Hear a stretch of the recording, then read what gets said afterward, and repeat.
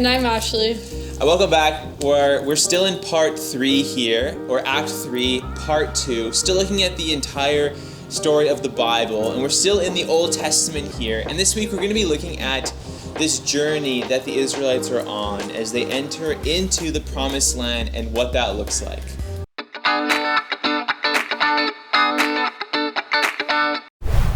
So Nate, what exactly happens next in the whole biblical story? Yeah, so we're kind of at this big moment where Israel's been promised this land by God, and at the end of Deuteronomy, going into the book of Joshua, they get to enter the land. And so at the end of Deuteronomy, Moses dies, and Joshua is now their new leader. And so they've been told to live a righteous life, and yet they continue to sin over and over and over again. So Joshua is this book that is all about Israel establishing themselves in the land. And then the story then shifts to the book of Judges, where we see the playing out of Israel's disobedience. Constantly they sin, and God continues to warn them over and over again that they have to be loyal to God and God alone. The book of Judges is the aftermath of Joshua dying. How will Israel fare without their leader? And the answer, not good at all. Later on, we'll look and see at the role of what the judges have to say, but it's not pretty. God is frustrated with his people. They are to be a light to the nation, but they are not able to be that. And the book begins with Israel fighting with other nations, and then it actually ends with them fighting each other. Israel's going at it with themselves. They fall into such a demise that God is like, what am I going to do with you? And so the book ends with these words. In those days, Israel had no king, and everyone did as they saw fit. Things were so chaotic that they did as they pleased. It was like a free-for-all. And they needed to follow God instead. And so as we move out of this section, out of Judges, we move towards the book of Samuel. And all of this unfaithfulness leads to how are they going to be led now? So it is clear that things are a little bit chaotic. Before, they had Moses and then they had Joshua as their leader. And now they are leaderless. And so Israel wants to be like the other nations. They want to have a king. And so God gives them what they want. And so they have these 3 prominent kings that we hear quite a bit about in the biblical story. We have Saul, David, and Solomon. Saul leads unfaithfully, David leads faithfully, and Solomon leads unfaithfully again. There's so much more we can say about this, but we kind of have to simplify this massive story. But all that to say is Israel is struggling with sin over and over. They want a king, they get a king, yet they still continue to struggle. But regardless of all that and who is leading, God is faithful to them.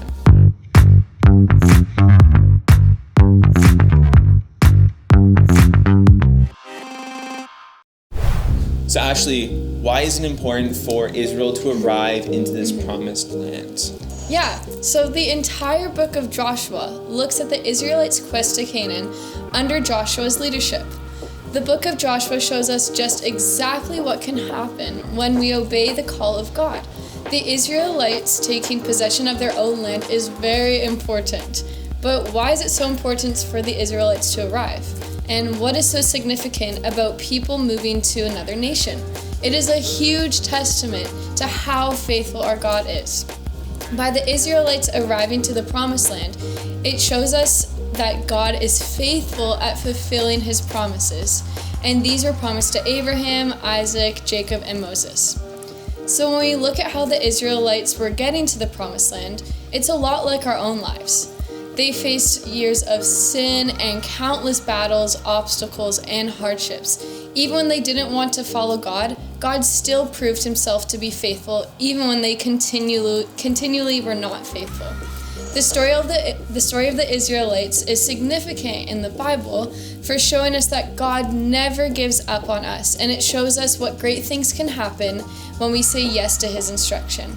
So God was giving the Israelites this land so that they could be a light among the nations. How cool is that? And what a powerful thing to be called to. The Israelites in this land is a little sneak peek to what God intends for his entire creation. It's almost like a second Eden. This land is flowing with luscious greenery, waters, fruit. Very nice. Very nice. He fulfills these promises without lack. But the Israelites can't just be given something and expect to just sit back and relax 24/7 like they're on vacation. They need to steward their land well.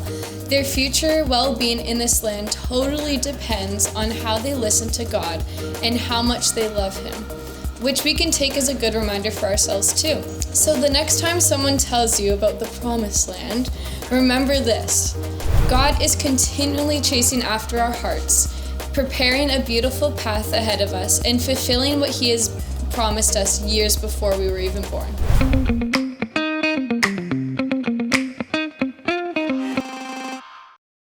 So Nate, as the story moves along, what is so important about the idea of a judge? Yeah, so the judge had a really interesting role in the life of Israel. Now, don't think of a judge like you would in one of those TV shows where they stand sit way above everyone else with one of those big wooden, like, what is it, a wooden hammer? Hammer thing? Yeah, where they just Javel? Jab, that's it, a javel. Don't think of that. Rather, the role of the judge was to judge the sin of Israel on behalf of God. So at the beginning of Judges, the Israelites have a job to do. They remove the Canaanites from the land, but they don't do that. And so the reason they were supposed to do that was because the temptation of these other nations being in Israel at the same time would have been really tough on them. And so because of that, the temptation to bow down to all these other idols and these other gods was real. And so because of this, they don't obey God, and therefore a judge is needed to respond to this struggle. And so this cycle of judgment, this is what happens in Israel. God's judgment is carried out in a cycle that characterizes Israel's life in the book of Judges. First, the Israelites sin by worshiping these gods. Second, this violates that covenant that we've talked about, and that leads to God's anger. Third, the Lord then hands the Israelites over to the enemies around them. Fourth, because of this distress under this oppression by another group of people, Israel is in anguish. They cry out to God. God delivers them. And then finally, fifth, the Lord raises up a military a judge, to deliver them from their oppression. But this cycle just continues over and over again, and it just keeps getting worse and worse for Israel. And they just can't get it together. And so that's what the book of Judges is all about. It's not super positive, but this is what God's response is to sin over and over again, is that he doesn't want this. He gives us a chance to repent, but he's frustrated with it.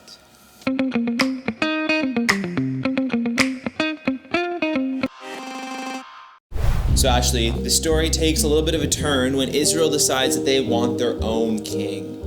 What does this mean for Israel? Yeah, so going against the instructions from God once again, Israel is so adamant about having a human king rather than the Lord our king. And having a human king would allow them to do just as they pleased and almost totally ignore what God is instructing them to do. Really just following the ways of the world. Israel is striving for a king who can lead them into great military success. So God chooses Samuel to appoint the king for Israel. The first king appointed by Samuel is Saul. While he does bring them some great military success, Saul decides to be completely disobedient towards God, and things start to totally go sideways. He rejects a blessing from God, which I find crazy because who would reject a blessing from God? Would you reject a blessing? I wouldn't. Yeah, I don't know. That just seems kind of weird. He is impatient and continually disobedient, and he runs off to the enemy camp to take their animals for a sacrifice to God. Saul is then reminded by Samuel that God wants obedience instead of sacrifice. Seeing that this is an issue, Samuel seeks out David and appoints him the new king. Lucky for Israel, David has great military success from defeating Goliath as well as the Philistines. God makes a covenant with David and even promises more incredible things to David as he is in rule, like providing his people with a place to be secure in, also a place to rest when they're being attacked from their enemies. As we already know, God does not fail to fulfill his promises. God fulfills his promises by having David on the throne as he is bringing rest and peace into the nation. But later in his rule, things start to go sideways once again, as we see is kind of a pattern in this whole story. David starts to commit many sins, including adultery. His sins produce consequences, but he repents, and as always, God forgives him. Next up, we have David's son, Solomon, and he is then appointed king. While David was known for his spirituality and trust in the Lord, Solomon is known for his wisdom. Solomon displays a remarkable amount of humility by recognizing that he is fully and only dependent on God, and is granted his request for discerning his heart. All is going well under Solomon's rule until he decides to bring in worship of idolatry, having many foreign wives, and uses forceful labor for the temple that he's building for God, which then starts to all pollute the kingdom with all these sins that he's committing. The effects of this choice of having a king is huge, and we will talk more about that in the next video.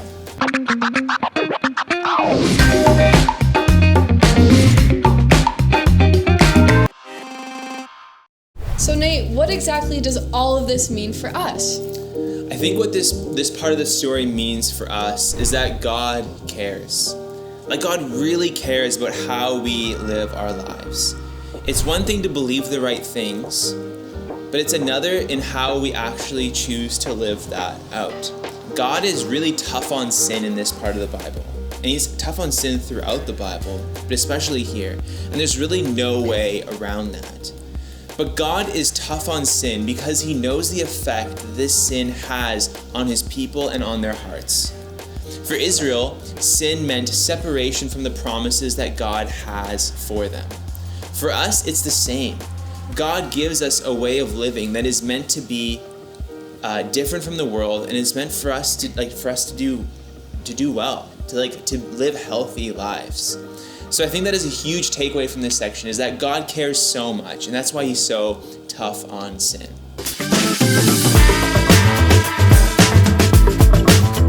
So that concludes Act 3, Part 2. Yes. We're excited that you're still watching. This has been so much fun. Next week, we're going to look more at this entire Old Testament story. What does this mean? What's going to be the fallout of having a king? And so tune in for that.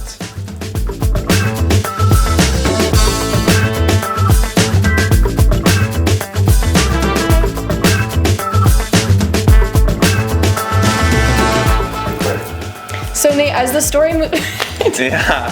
as the story progresses. It's just when I laugh and then when I look at it. Yeah.